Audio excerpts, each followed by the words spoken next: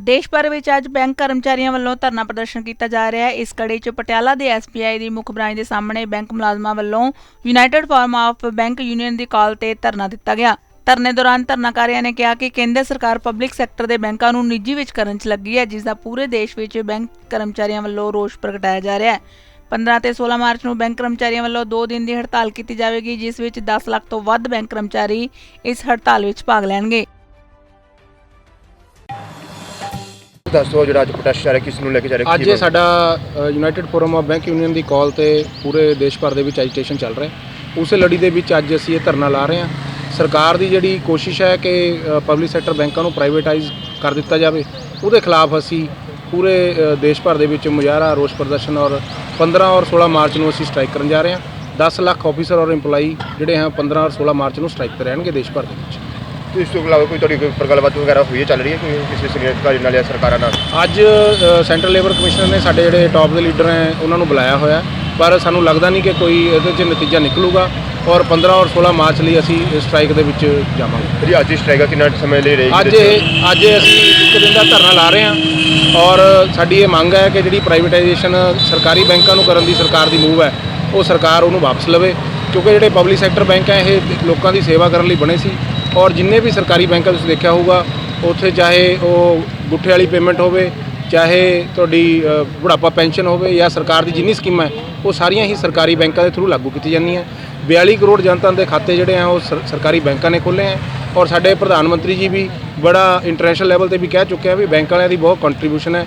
ਇਹ ਜਿਹੜੀ ਹੈ ਇਕਨੋਮਿਕ ਫੋਰਸ ਹੈ ਕੰਟਰੀ ਦੀ ਔਰ ਜੇ ਇਹਨਾਂ ਨੂੰ ਪ੍ਰਾਈਵੇਟ ਹੱਥਾਂ ਦੇ ਵਿੱਚ ਦਿੱਤਾ ਗਿਆ ਤਾਂ ਜਿਹੜੀ ਆਪਣੀ ਕੰਟਰੀ ਦੀ ਇਕਨੋਮੀ ਹੈ ਉਹ ਜ਼ਰੂਰ ਹਿੱਲੂਗੀ।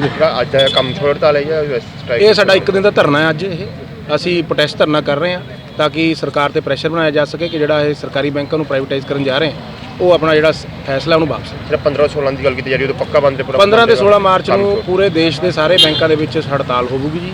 ਇਹ ਸਾਡੀ ਪ੍ਰੋਟੈਸਟ ਹੜਤਾਲ ਹੈ ਔਰ ਸਰਕਾਰ ਜਿਹੜੀ ਪ੍ਰਾਈਵੇਟ ਕਰਨ ਜਾ ਰਹੀ ਹੈ ਬੈਂਕਾਂ ਨੂੰ ਉਹਦੇ ਖਿਲਾਫ ਅਸੀਂ ਸਟ੍ਰਾਈਕ ਕੀ ਨਾਮ ਹੈ ਤੇ ਅੱਜ ਦੱਸੋ ਜਿਹੜਾ ਪ੍ਰੋਟੈਸਟ ਕੀਤਾ ਜਾ ਰਿਹਾ ਕਿੰਨਾ ਮੰਗਾਂ ਨੂੰ ਲੈ ਕੇ ਜਿਹੜਾ ਕੀਤਾ ਜਾ ਰਿਹਾ? ਇਹ ਪ੍ਰੋਟੈਸਟ ਸਾਡਾ ਕਹਿੰਦਾ ਜਿਹੜਾ ਸਾਡੇ ਪ੍ਰਾਈਵੇਟੇਸ਼ਨ ਬੈਂਕਾਂ ਨੂੰ ਨੈਸ਼ਨਲ ਬੈਂਕ ਨੂੰ ਪ੍ਰਾਈਵੇਟੇਸ਼ਨ ਕਰਨ ਜਾ ਰਹੇ ਨੇ ਗਵਰਨਮੈਂਟ ਉਹਦੇ ਅਗੇਂਸਟ ਅਸੀਂ ਕਹਿੰਦਾ ਪ੍ਰੋਟੈਸਟ ਧਰਨਾ ਲਾ ਰਹੇ ਹਾਂ। ਅਸੀਂ ਕਹਿੰਦਾ ਸਾਰੀ ਗਵਰਨਮੈਂਟ ਨੂੰ ਜਾਗਰੂਕ ਕਰਨਾ ਚਾਹੁੰਦੇ ਹਾਂ ਕਿ ਜਿਹੜਾ ਸਾਡੀ ਨੈਸ਼ਨਲ ਬੈਂਕ ਨੇ ਉਹਨਾਂ ਨੂੰ ਜਿਹੜਾ ਪ੍ਰਾਈਵੇਟ ਕਰ ਰਹੇ ਨੇ, ਸਾਡੀ ਜ਼ੋਰਦਾਰ ਮੰਗ ਹੈ ਕਿ ਉਹ ਪ੍ਰਾਈਵੇਟ ਨਾ ਕੀਤਾ ਜਾਵੇ।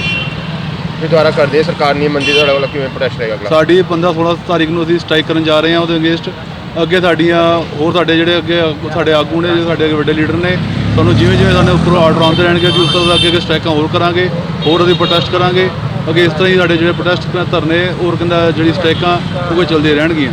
ਉੱਥੇ ਜ਼ਿਲ੍ਹਾ ਅੰਮ੍ਰਿਤਸਰ ਵਿੱਚ ਵੀ ਬੈਂਕ ਕਰਮਚਾਰੀਆਂ ਵੱਲੋਂ ਸਰਕਾਰ ਖਿਲਾਫ ਜੰਮ ਕੇ ਨਾਅਰੇਬਾਜ਼ੀ ਕੀਤੀ ਗਈ।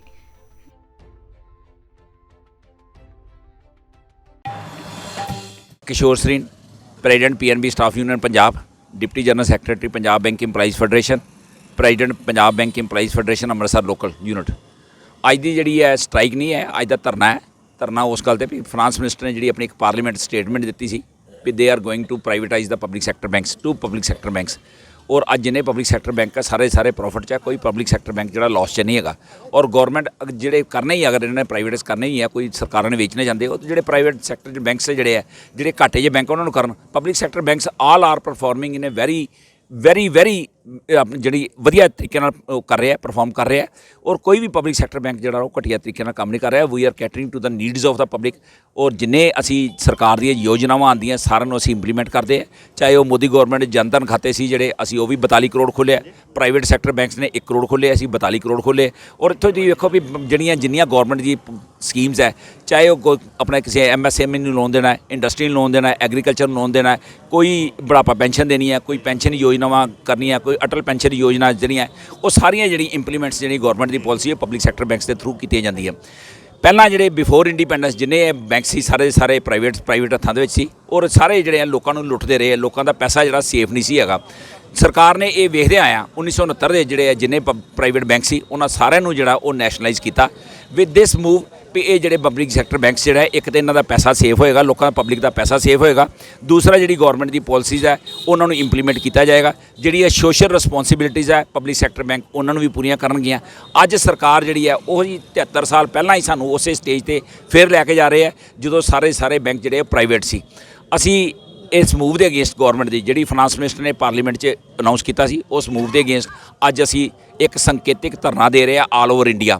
ਹਿੰਦੁਸਤਾਨ ਦੇ ਸਾਰੇ ਅੱਜ ਮੇਜਰ ਸਟੇਸ਼ਨਸ ਦੇ ਉੱਪਰ ਆ ਸਾਰੇ bank employees under the umbrella of UFBU, ਜਿਹਦੇ 'ਚ 9 ਯੂਨੀਅਨਸ ਹੈ, 4 ਜਿਹੜੀਆਂ ਉਹ ਆਫਿਸਰ ਦੀ ਯੂਨੀਅਨ ਹੈ, 5 ਜਿਹੜੇ ਹੈ ਉਹ ਇੰਪਲਾਈਜ਼ ਦੀ ਯੂਨੀਅਨ, ਵਰਕਮੈਨ ਦੀ ਯੂਨੀਅਨ ਹੈ। ਅੱਜ ਸਾਰੀਆਂ ਜਿਹੜੀਆਂ ਉਹ ਧਰਨਾ ਦੇ ਰਹੇ ਹੈ। ਔਰ ਇਸ ਤੋਂ ਬਾਅਦ 15 ਔਰ 16 ਮਾਰਚ ਨੂੰ ਤਕਰੀਬਨ 10 ਲੱਖ ਬੈਂਕ ਕਰਮਚਾਰੀ ਉਹ ਜਿਸ ਯੂਨੀਅਨ ਮਰਜ਼ੀ ਨੂੰ ਕਰਦਾ ਹੈ, ਅਫੀਲੀਏਟ ਕਰਦਾ ਹੈ, ਸਾਰੇ bank employees they will be on strike. ਕੋਈ ਵੀ ਬੈਂਕ ਨਾ ਬੈਂਕ ਖੁੱਲ੍ਹੇਗਾ, ਨਾ ਕੋਈ ਇੰਪਲਾਈ ਜਿਹੜਾ ਉਹ ਬੈਂਕ ਜਾਏਗਾ। ਜਿੰਨੇ ਪਬਲਿਕ ਸੈਕਟਰ ਬੈਂਕਸ ਹੈ 15 ਔਰ 16 ਮਾਰਚ ਨੂੰ ਸਾਰੇ ਬੈਂਕ ਜਿਹੜੇ ਆ ਉਹ they will be on strike. ਔਰ ਇਸ ਜਿਹੜੀ ਸਟ੍ਰਾਈਕ ਦੀ ਅਗਰ ਸਰਕਾਰ ਨੇ ਫਿਰ ਵੀ ਆਪਣੀ ਜਿਹੜੀਆਂ ਪਾਲਿਸੀਆਂ ਨੂੰ ਔਰ ਜਿਹੜੀਆਂ ਇਹ ਐਂਟੀ ਇੰਪਲਾਈ ਪਾਲਿਸੀ ਹੈ, ਐਂਟੀ ਪਬਲਿਕ ਪਾਲਿਸੀਜ਼ ਹੈ, ਇਹਨਾਂ ਨੂੰ ਅਮੈਂਡ ਨਾ ਕੀਤਾ, ਆਪਣਾ ਜਿਹੜਾ ਉਹਨੂੰ ਸਟਾਈਲ ਆਫ ਫੰਕਸ਼ਨਿੰਗ ਨੂੰ ਨਾ ਕੀਤਾ, ਇੱਕ ਜਿਹੜੀ ਇਹ ਗੌਰਮੈਂਟ ਦੀ ਮੂਵ ਹੈ ਜਿਹੜੀ ਪਬਲਿਕ ਸੈਕਟਰ ਨੂੰ ਡਿਸਮੈਂਟਲ ਕਰਨਾ, ਚਾਹੇ ਕਿਸ ਤਰੀਕੇ ਨਾਲ ਵੀ ਕਰਨਾ, ਉਹਨੂੰ ਮੂਵ ਤੋਂ ਅਗਰ ਸਰਕਾਰ ਨਾ ਹਟੀ ਤੇ ਵੀ ਵਿਲ ਕੰਪੈਲਡ ਟੂ ਜਿਹੜਾ ਨਾ ਅਸੀਂ ਇਨਡੈਫੀਨਿਟ ਸਟ੍ਰਾਈਕ ਤੇ ਜਾਵਾਂਗੇ। ਔਰ ਇਹ ਸਾਰੀ ਅਗਰ ਜੋ ਇਕਨੋਮੀ ਨੂੰ, ਹਿੰਦੁਸਤਾਨ ਦੀ ਇਕਨੋਮੀ ਨੂੰ ਕੋਈ ਨੁਕਸਾਨ ਹੁੰਦਾ ਹੈ, ਇਹ ਸਾਰੇ ਜਿਹੜੀ ਹੈ ਨੁਕਸਾਨ ਦੀ ਜ਼ਿੰਮੇਵਾਰ ਜਿਹੜੀ ਉਹ ਭਾਰਤ ਸਰਕਾਰ ਹੋਏਗੀ।